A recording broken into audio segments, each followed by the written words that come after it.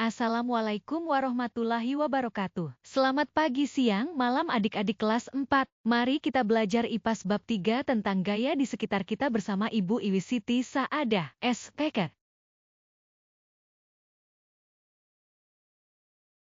Sebelum memulai pelajaran hari ini, ayo bahas tujuan pembelajaran terlebih dahulu. 1.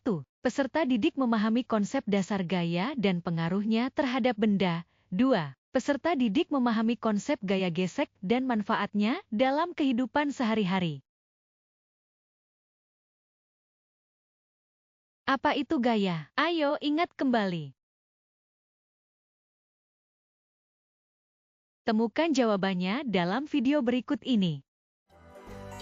Suatu gaya dapat membuat benda yang diam menjadi bergerak, mengubah arah gerak benda, dan mengubah bentuk benda. Perhatikan aktivitas di bawah ini. Ketika kita mendorong, menarik, dan mengangkat sebuah benda, kita sedang memberikan gaya pada benda tersebut.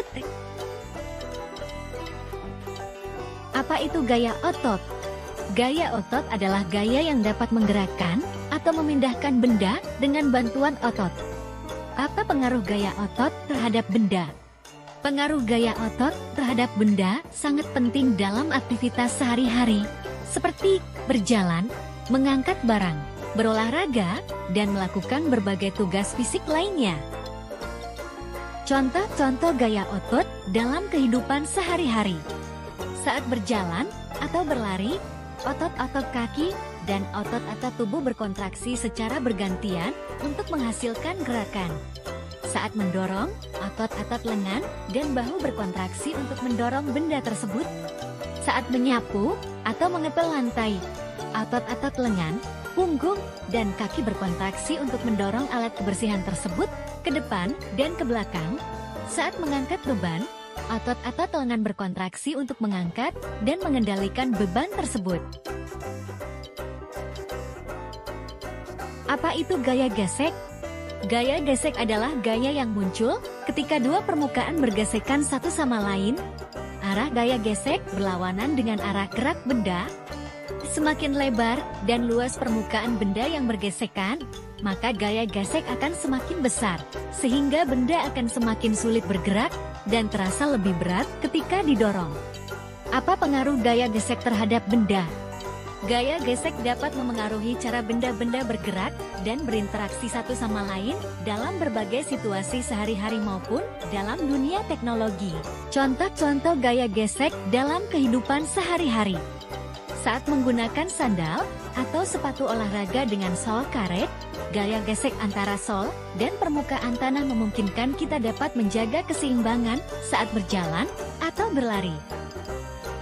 Menggunakan rem sepeda, saat mengerem sepeda, akan terjadi gaya gesek antara komponen rem dan cakram pada sepeda untuk memperlambat atau menghentikan pergerakan.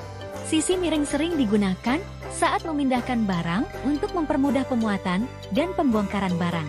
Saat mendorong benda, terdapat gaya gesek yang bekerja sebagai gaya tindakan lawan terhadap arah gerakan benda tersebut. Gaya gesek ini adalah hasil dari interaksi antara permukaan benda yang didorong dan benda itu sendiri. Pada mobil, saat menggunakan rem mobil, terjadi gaya gesek antara komponen rem dan cakram pada mobil untuk memperlambat atau menghentikan pergerakan roda. Gaya gesek dipengaruhi oleh kasar atau licinnya permukaan, besar atau kecilnya luas permukaan, berat atau ringan suatu benda. Benda yang lebih berat akan memperbesar gaya gesek walaupun bentuk atau ukurannya luas. Apa yang terjadi pada benda yang bergerak jika tidak ada gaya gesek? Jika tidak ada gaya gesek, benda akan mengalami gerakan yang tidak terhambat dan kecepatan benda akan tetap konstan. Baik itu bergerak maju, bergerak mundur, atau bergerak dalam arah lain. Benda akan terus bergerak sejauh tidak ada gaya lain yang bertindak padanya. Sampai jumpa di video berikutnya ya.